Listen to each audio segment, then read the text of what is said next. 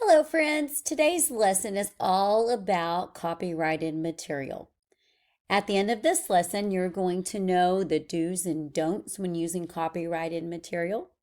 You're going to learn some really good habits to practice when using that copyrighted material.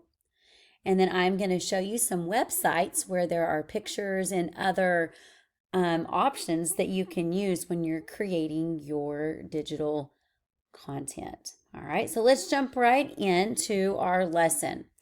First thing we need to know is what is copyright? Okay, so copyright is actually a law that protects people's creative work. Okay, I want you to think about it a little bit like this. You just have spent 10 minutes creating this beautiful masterpiece of a picture. Okay, well, when you finish this picture, that is your content that you created. So that is now yours. If somebody wants to use it, they would need to ask you before they can actually use it in anything they would like. Okay, let's go through a few examples of some copyrighted materials.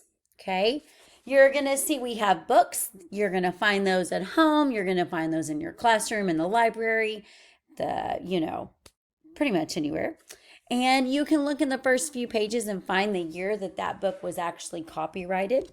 So you can actually use it then. There are songs that have copyrights to them. We're going to go into a little bit more detail about songs in a bit and videos as well. You also have drawings that people have come up with their creative content. There's pictures. And I know all of you like to go home and play your games and play on those apps. Those are all copyrighted materials as well. Okay, so let's talk a little bit about why does copyright matter? Well, copyright is put in place to help writers, musicians, and artists. Okay, they have spent their quality time creating their content, just like you did with your picture. So they want to be protected. Okay, they want to get credit for what they've created. They want to keep their work safe. And then sometimes they can make a little money as well. All right, so let's talk a little bit about copyright infringement. Okay, copyright infringement is like when you use someone else's work without their permission. So if somebody took that awesome masterpiece of a picture and claimed it was theirs, or they used it and didn't say where it came from, they now have gone through copyright infringement. Another example is like if you copy a YouTube song and then you say it's yours. Okay, we have to give credit to the people that create that material. All right, here are some good habits to practice. Okay, and I want this very first one, ask. Okay, I want you to think about it like this. Your friend just got to school and they have this really cool pencil and some really cool markers that they bought over the weekend they want to use in class. Can you just reach right over and grab those materials and start using it? Nope. You have to ask if it's not yours. So always remember, when you're using any kind of content that is copyrighted, you need to ask permission. Okay, number 2, you need to always give credit to the person that has created it. It's basically like saying thank you to the artist for letting you use their content. Number 3 is you need to be creative. Okay, and you can create your own stuff. Remember, once you've created it, that content is now yours. So people would have to ask you permission to use what you have created. So be creative, make it your own. Okay, also number 4, you can go and look for the free stuff. There are some sites I'm going to show you here in a moment that are going to provide many free things you can use when you're creating your digital content. Okay, we're going to go right here. I'm going to show you a few of these websites real quick. This first one is called iStock. When we click on this website, this is free. This is if you wanted to, you don't even have to use this, okay? But this is all free. You come right up here and you can type in, like I looked up, a giraffe. And there you go. Here are all the pictures of a giraffe that you could use in your digital content.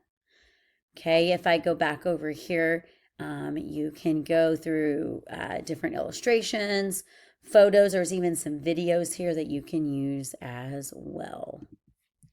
Okay, we're going to go to this next one. This next one is called Kiddle. This looks like Google a little bit, doesn't it? Okay, well, with this platform, you literally can look up pictures that you would like to use for your digital content as well. This one's kind of a fun one to explore. Okay, Picks for Learning. I really like this one. This one's set up into categories already. So let's say you want to find a picture of your favorite dessert that you would like to put on a recipe page. We can go here and click on food, and then you can see it's even broken down into other categories as well. So very easy to search. Okay, then our last one we have, this one's called Pixabay. And I really like this one too. You can see up here at the top, you can explore it. You can click on photos. You can go to these illustrations. You can even go over here to sound effects, and you can find different sound effects that you can use for your digital content. Okay, let's go back here. All right, there are a few things that we do not need to do when we are using copyrighted material. Okay, if you find something you would like to use, you always do not copy and paste someone else's work. Okay, and that goes right into number 2. Do not pretend it is yours. Give credit to the people that worked hard to create that content. Okay, and then for number 3, do not repost videos or music without permission. And we're going to talk a little bit more about that in just a moment. Okay, we're going to talk a little bit about fair use. Okay, when we have fair use, that means sometimes you can use a really small part of someone's work for school, or if it's something you're learning about. Okay, so that could look something like a short quote in a report, or maybe I find a picture that I want to show you guys how tall a giraffe is. So I can use that picture as part of my presentation to show someone. Okay, you can do that as well. Now there's one rule that we kind of go by here when we're using content, and this is called the 10% rule. Okay, this rule is used to determine how much content you can use.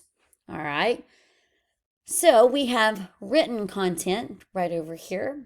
You can use up to 10% of that written content or 1,000 words.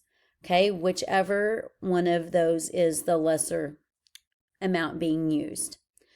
Okay, here's video content. If you find a video that you would like to use, you can use up to 10% or 3 minutes of the video as a clip you can use for your presentation. Okay, we have picture content. I thought this one was kind of interesting. You can only use 5 images from the same photographer, or if it's a big collection, you can use up to 10% or 15 images from a collection. Thought that was pretty interesting. And then here's one all of you guys probably use a lot of, is the music content.